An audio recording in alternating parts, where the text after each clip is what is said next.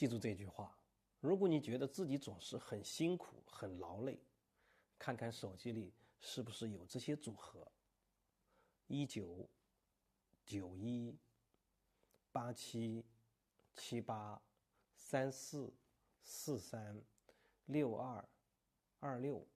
老祖宗管这些数字组合叫延年号。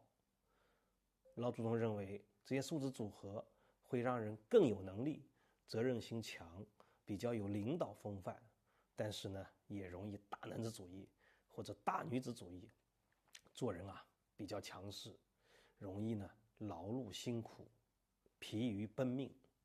当然，也得看看你的生辰八字和这些号码的组合。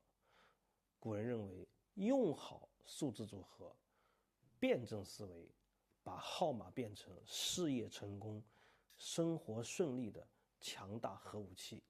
关注我，带你认识中国传统文化，学习古人的智慧。